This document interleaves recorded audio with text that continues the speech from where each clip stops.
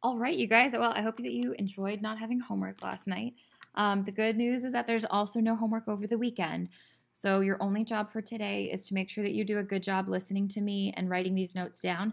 And then when you come in on Monday, we'll talk about them before we start working on the assignments. Today's notes starts off with a little bit of writing, so I'm sorry about that, but I've got these handy dandy pictures here to help you. You're going to want to have one color highlighter out today while you're doing the notes. So at least one color. I'm going to do them all in one color for you. So we're going to start by writing down little definitions for some of these things and then practice for each one. We're going to highlight on the picture what it stands for. It is so important that you know these words. So important that you know these words. Is it important? Yes, it's important. Before I start defining them, though, I want to do the same thing that we did yesterday. So today's February 2nd, and I want you to write down that there's no HRW. Oh, I guess I should probably spell that right. No HRW homework tonight. We're going to do it next week. So just so you don't accidentally get it done ahead of time, you'll have nothing to do next week. So let's see. Back to the definitions that I was talking about. So a transversal, take your highlighter, and you're going to highlight this line. Just that line. A transversal is a line that intersects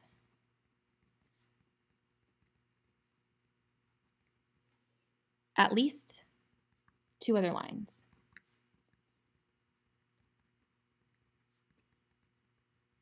Soon, we are going to be talking about what it means when those other lines are parallel to one another. But for right now, a transversal is just a line that intersects two other lines. All right, the next one has 4 of these pictures in it. And so we're going to color in certain numbers. I know it's kind of hard to see the numbers, but on the first picture, I want you to color in the little number 1. Just make a circle around it if you want to. And then color in the little number 5. Okay, on the second one, I want you to color in the number 2 and the number 6. What you should be noticing about the ones we're coloring is that they're in the same spot. This one's on the top left, this one's on the top left. This one's on the top right, this one's on the top right. 3 is on the bottom left, so 8's on the bottom left. And then 4 is on the bottom right, and 7 is on the bottom right. And so what you notice about these angles is that they're all in the same position. So they're all in the same spot on the 2 lines. Top left goes with top left, top right goes with top right. And so for corresponding angles, which sometimes we abbreviate as CA, so just those 2 letters we abbreviate it as, they're angles that are in the same position. And I want you to write it that way. It's not a very mathematical definition, but angles that are in the same position.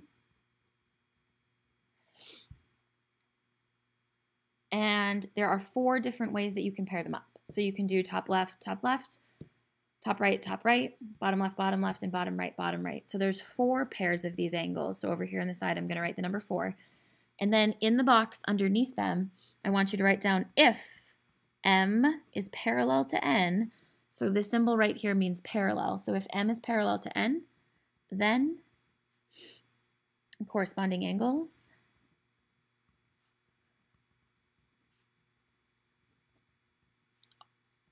CA are congruent.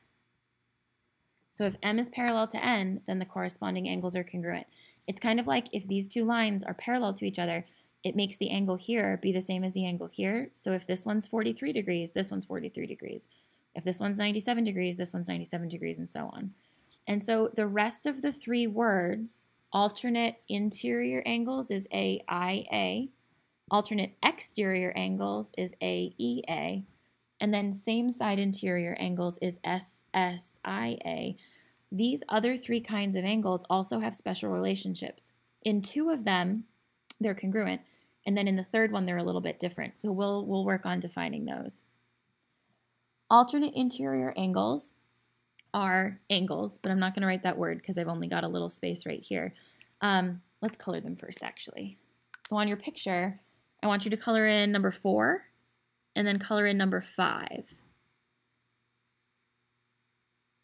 And then on the next picture, I want you to color in number 3 and number 6.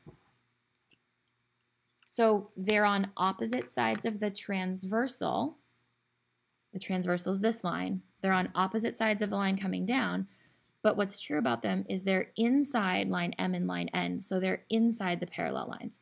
They're on opposite sides of the transversal, but they're inside the parallel lines. And these two are also on opposite sides of the transversal, but inside the parallel lines. What's good to note about alternate interior angles is that when you trace them, try to do this heavy with your pen or pencil. When you trace them, they make the letter Z, and that's how some students like to remember that they're alternate interior angles. So they're angles that are on opposite sides of the transversal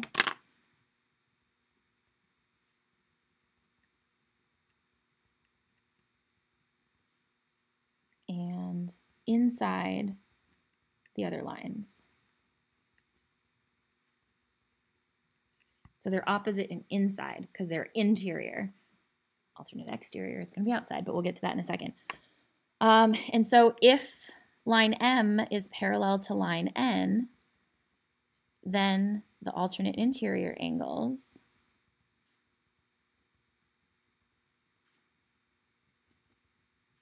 or AIA are congruent.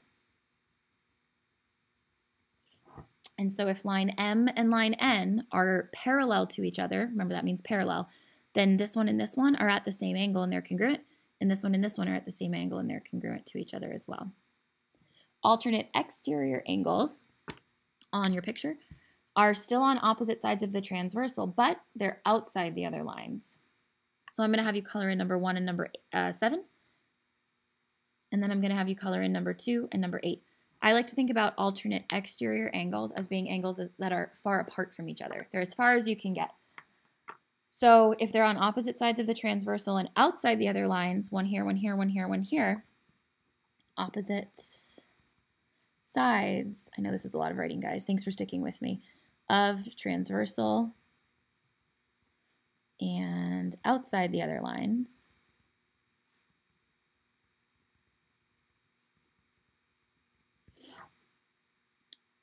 they don't make the letter Z because they are far away from each other, but they're as far away as you can get. Notice it's not 1 and 8, it's 1 and 7 because they have to be on opposite sides, and it's not 2 and 7, it's 2 and 8 because they have to be on opposite sides.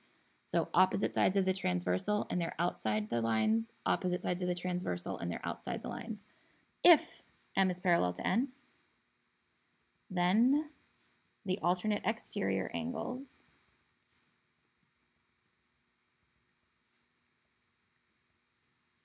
or AEA are congruent. And so far, these ones are congruent, these ones are congruent, these ones are congruent, and the last one won't be. So your same side interior angles have a different relationship. Same side interior means that they're on the inside of the two lines or the other lines, but they're not on opposite sides, they're on the same side. So in your vertical angles, you colored in 4 with 5, but on this one, you're going to color in 4 with 6. So they're inside the parallel lines, but they're on the same side of the transversal. And then 3 goes with 5. They're on they're inside the two lines, but then they're on the same side of the transversal. So it's different than alternate interior angles because they don't make that letter Z. So 4 is congruent to 5, 3 is congruent to 6. So 4 and 6 can't also be congruent unless everything is perpendicular to each other. And we'll practice what perpendicular means later in the chapter. Same side interior angles are on the same side of the transversal and inside the other lines. And so I was getting at before was they're not congruent. I mean, they could be if they're all 90, but then they would all be the same. If line M is parallel to line N, then same side interior angles, or SSIA,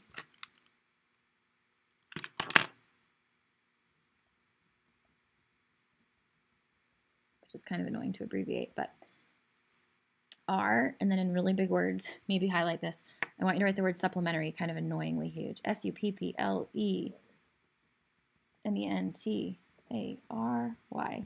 Maybe underline it once or twice or 3 times. So it's important that you see that I'm writing that they're supplementary and I'm writing it this big, because if you have to solve an equation and they tell you that they're same side interior angles, you're not going to set them equal to each other. You're going to add them up to equal 180 because this is the relationship that they share. Okay. In the picture, these two little markings right, oh, I forgot something. Rewind. There are 4 pairs of corresponding angles because there's these two, and then there's these two, and then there's these two, and then there's these two. So there's 4 total. When you're talking about alternate interior angles, there's only 2 ways that you can get alternate interior pairs. So there's 2 of those. When you're doing alternate exterior angles, there's only 2 ways that you can go outside opposite. So there's only 2 of those. And then when you're doing same side interior angles, so 4 and 6 and 3 and 5, there's also only 2 of those. So just to be consistent with listing all of those off. You could have 2 transversals if there was another. Well, we'll get to that later. So here you go. Complete each statement below. So the first job for the notes for today to practice these words is to look at the picture and to fill in the blanks. Sometimes there's more than one way that you can answer the question. But for this question, there's only 2 answers for the last one. The rest of these are only going to have 1 answer for you to answer with them. I would like you to come over here, and these little markings on your picture, I'm going to circle them right here. When you see those line markings on a line, that means that any line that has that marking, any line that has the single little arrow like that, means that those lines are parallel to each other. So if the lines are parallel, you know corresponding angles are congruent. If the lines are parallel, you know that alternate interior angles are congruent. I'm going to say them all, sorry. If the lines are parallel, then you know that alternate exterior angles are congruent. And if the lines are parallel, then you know that same side interior angles are supplementary. Make sure it's big right there so you remember it. So what they want you to do down here in the bottom is they want you to look at the picture and they want you to figure out which angle corresponds to angle 1. So corresponding angles means it's in the same position. So angle 1 is top left. So angle 5 is top left. So angle 1 matches up with angle 5 in terms of being corresponding angles. And over here, I'm going to put a congruent symbol, because since the lines are parallel, you know that they're equal to each other. So if you were solving for them, you would set them equal to each other. On the next one, it says angle 3 and they want to know which one are alternate interior angles.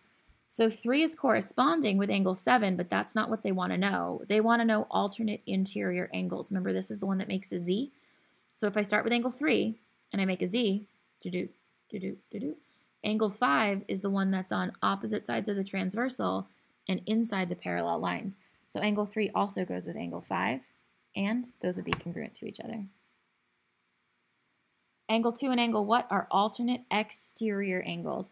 So angle 2 and angle something are alternate, so they're on opposite sides, and then exterior means they're on the outside of the lines. So angle 2 would go with angle 8 in that regard. And then because the lines are parallel, you know that alternate exterior angles are congruent. The next one says angle 6 and something are same side interior. So same side means they're both going to be on this side of the transversal, and then interior means they're going to be on the inside of the parallel lines. And so you can see right there why angle 6 and angle 3 go together. And those ones aren't congruent. If you wanted to solve something with x's on those, you would say that they add up to equal 180 degrees. The next one says angle 7 and something are vertical angles. So for vertical angles, we have to go back to our definitions from yesterday. Vertical angles are the ones that are across from each other. So angle 7 is across from angle 5, not the ones that make a straight line. Vertical angles are the ones that are across from each other. So angle 7 and angle 5 are vertical angles. Vertical angles are always congruent. And then the last part says angle 4 and blank are a linear pair. This one has 2 possible answers. A linear pair means that it makes a straight line, but there's 2 angles that make a straight line with angle 4.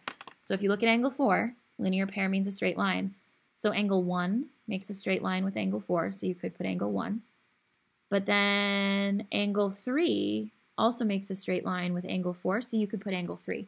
So this right here could be angle 1, or you could put angle 3. Let's write them both because it's our notes. But if the test only wanted one answer, then you would only need to put 1. And so angle 1 is a linear pair with angle 4, and angle 3 is a linear pair with angle 4. And anytime you have two angles that are a linear pair, they add up to 180 degrees. You guys, I know that the question didn't ask you to go through and write this stuff down. And so the reason why I'm doing it is because later on, you're going to have questions, like right on the back, you're going to have questions that ask you to solve equations with these. And so making sure that you're practicing the vocabulary so that you know which angles are which, but also that you remember which ones you would set equal to each other and then which ones you would add up to equal 180. It'll make your solving a lot easier when you get to the stuff that's on the back. So that's why I had you write that down on your notes. All right.